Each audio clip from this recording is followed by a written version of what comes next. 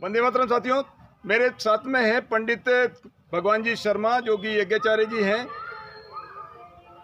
पंडित जी, मेरे इस वीडियो में आपका बहुत बहुत स्वागत। पंडित जी, मैं इस वीडियो के माध्यम से दर्शकों को ये बताना चाह रहे हैं कि यज्ञ करने के क्या लाभ हैं और यज्ञ कैसे करते हैं, यज्ञ में क्या क्या सामग्री काम में लेनी चाहिए कि मैं यानी यज्ञ से संबंधित संपूर्ण जानकारी इस वीडियो के अंदर मिल पाए। गुरुदेव, ऐसा कहा गया शास्त्रों के अंदर, यज्ञ मीमांसा एक ग्रंथ है कि यज्ञात भवति पर्जन्या, पर्जन्याद अन्न संभव।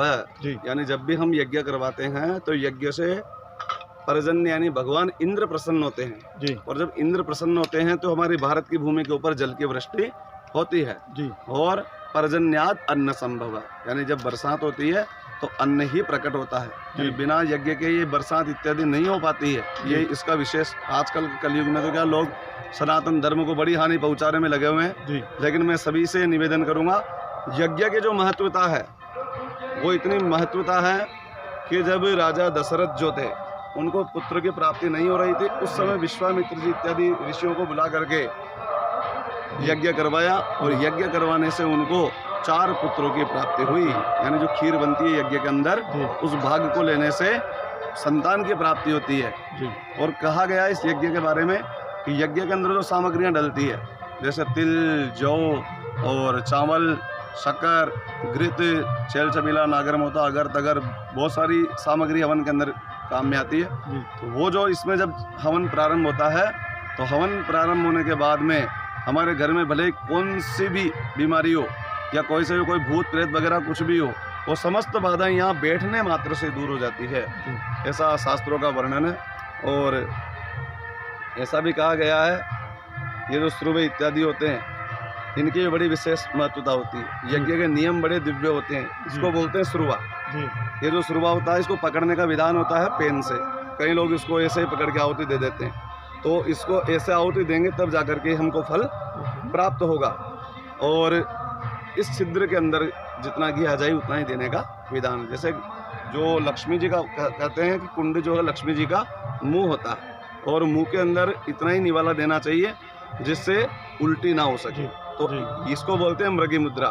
मृगी मुद्रा से ही जो तिल की आहुति दी जाती है यज्ञ के अंदर। अगर हम इसके द्वारा नहीं देते हैं और ऐसे देते हैं, इसको बोलते हैं सूकर मुद्रा। तो सूकर मुद्रा से क्या नाम है, राक्षस लोगों तक आहुति जाती है। इसमें बैठने के नियम ये होते हैं कि जो भी यहाँ बैठे इस मुद्रा के अंदर ही आहुति देना चाहिए, क्योंकि सामान्यतः अज्ञानतावश ये पूरी सूकर मुद्रा हुई, तो ये गलत है। ये गलत है। यही प्रमाण, थोड़ा ध्यान रखें। बिल्कुल ये ध्यान, यज्ञ में आहुति देते वक्त जैसे शादी ब्याह के अंदर भी जैसे आहुति देते हैं तो उस समय भी बिल्कुल ये 2 उंगलियां रख के उसके बाद में ही आहुति दी जाए। यज्ञ जब प्रारंभ होता है तो प्रथम दिवस यजमान के नियम ये होते हैं कि उनको 10 विधि स्नान करवाया जाता है कि क्योंकि मनुष्य कई जन्मों के पाप जब अर्जित करता है तो उन सब पापों को धोने के लिए 10 विधि स्नान हेमाद्रि संकल्प करवाया जाता है। जैसे भस्म से स्नान करवाया जाता है, मिट्टी से, गोबर से, फिर गोरज से,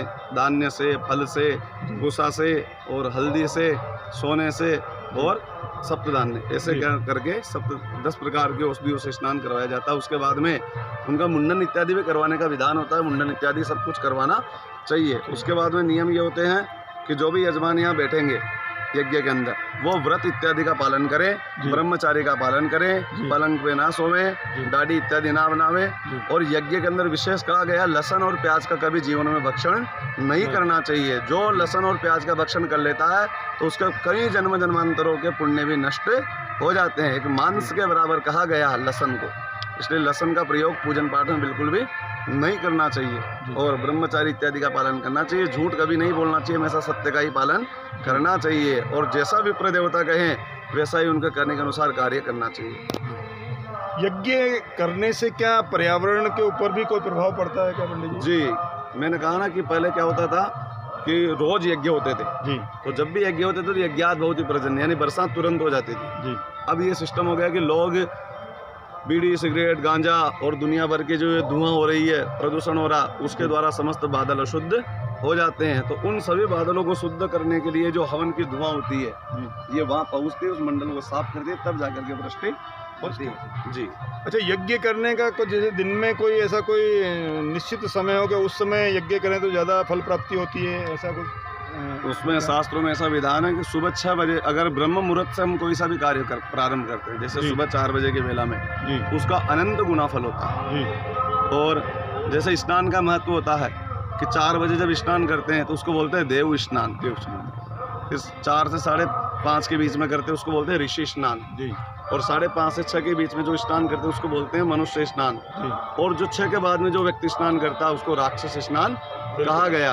वैसे ही अगर ब्रह्म मुहूर्त में हम कोई सा भी कार्य करते हैं तो उसका फल जो अपने को साल भर में मिलने वाला होता है वो 1.25 महीने में हमको प्राप्त हो जाता है। इसलिए समय की गणना बहुत जरूरी होती जी है। जी सायंकाल के अंदर हवन का निषेध दिया हुआ है कि शाम को सूर्यास्त के बाद हवन नहीं करना चाहिए जी। यानी प्रातःकाल यदि हवन करेंगे तो उसके जो लाभ है वो कई गुना ज़्यादा जी। अच्छा अधिक मिल पाएंगे और अच्छे मिल पाएंगे।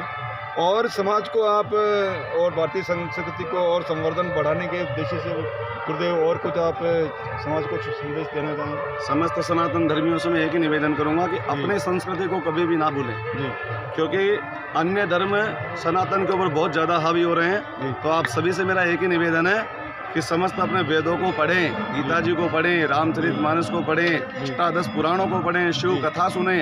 अगर पढ़ नहीं पाओ तो कथाओं को सुनो, जिससे हमारे अंदर ज्ञान वैराग्य जगे और अपने जो सनातन धर्म है वो अधिक से अधिक बढ़े। मैं आप सभी भाइयों से यही निवेदन करता हूँ कि आप अधिक से अधिक इस वीडियो को शेयर करें। तो सनातन धर्म को और जाने, खुद को जाने, खुद की शक्ति को पहचाने, इसी उद्देश्य से ये वीडियो बनाया गया है। और हम हमारी शक्ति को पहचान कर भारतीय संस्कृति को और संवर्धन करें। हमारे जो भारत को पुनः जो विश्व गुरु की जो उपाधि है उसको वापस हम लेके रहेंगे। मेरे इस वीडियो के अंदर बने रहें उसका बहुत बहुत धन्यवाद। और गुरुदेव आपका बहुत बहुत आभार।